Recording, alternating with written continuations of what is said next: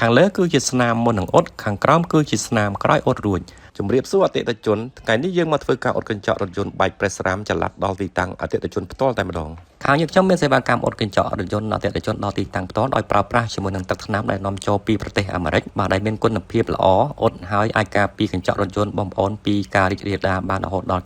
90% បាទអតិថិជនគាត់សម្រេចចិត្តជ្រើសរើសយកទឹកថ្នាំរបស់ប្រទេសអាមេរិកមកធ្វើការអ៊ុតកញ្ចក់បែកប្រេសរ៉ាមរបស់គាត់ដែលជាទឹកថ្នាំគុណភាពល្អអាចប្រើប្រាស់ជាប់បានយូរមិនមានការហើបមកវិញយើងខ្ញុំមានជាងជំនាញដែលមានបទពិសោធន៍ជាច្រើនឆ្នាំក្នុងការអ៊ុតកញ្ចក់រថយន្តទំនើបដែលបែកប្រេសរ៉ាមនិងបានសិក្សាអំពីការអ៊ុតកញ្ចក់បែកប្រេសរ៉ាមនិងរបៀបនៃការប្រើប្រាស់ឧបករណ៍ទំនើបទាន់សម័យនៅអឺរ៉ុបនៃប្រទេសអាមេរិកខាងយើងខ្ញុំមានសេវាកម្មអ៊ុតកញ្ចក់រថយន្តអតិថិជនដល់ទីតាំងផ្ទាល់ដោយប្រើប្រាស់ជាមួយនឹងទឹកថ្នាំដែលនាំចូលពីប្រទេសអាមេរិកបាទដែលមានគុណភាពល្អអ៊ុតហើយអាចការពារកញ្ចក់រថយន្តបងប្អូនពីការរីករាលដាលបានរហូតដល់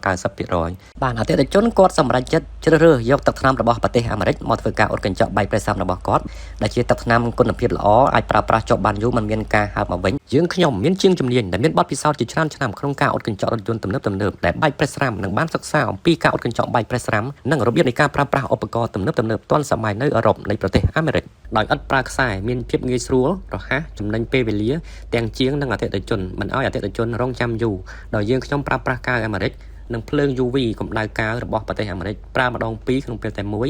ជាឧបករណ៍ដែលជាងអាជីព professional ស្រុកគេប្រើប្រាស់ដើម្បីយកមកអ៊ុតជូនអតិថិជននៅស្រុកខ្មែរយើងតែម្ដងបាទយើងប្រើឧបករណ៍បញ្ចូលកាវរបស់ប្រទេសអាមេរិកដូចគ្នាគឺជាឧបករណ៍ដែលមានកម្លាំងខ្លាំងក្នុងការបញ្ចូលកាវទៅក្នុងសាច់កញ្ចក់ដែលបែកប្រេសរ៉ាមគ្រប់ប្រភេទមានដូចជាកញ្ចក់ដែលបែកប្រេសរ៉ាមវែងកញ្ចក់ដែលបែកប្រេសរ៉ាមរាងមានផ្កាយដែលមានជើងវែងកញ្ចក់ដែលបែកប្រេសរ៉ាមរាងភ្នែកត្រីជាដើម